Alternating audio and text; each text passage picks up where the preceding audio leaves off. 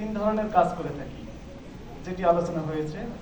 এবং এই আইনের আওতায় রয়েছে ফুডস, গুডস, মেডিসিন এবং সার্ভিস। এই চারটি সেক্টর নিয়েই মূলত আমরা কাজ করে থাকি। অর্থাৎ এই আইনের ব্যাপ্তি অনেক বেশি।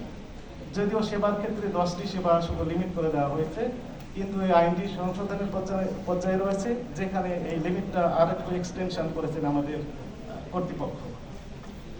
সম্মানিত সুধী, আপনারা ইতিমধ্যে জেনেছেন যে ভোক্তা অধিকার সংরক্ষণ আইন অনুযায়ী কোনো পণ্যের বা সেবার মূল্য নির্ধারণ করার এখতিয়ার এই আইন অনুযায়ী নেই।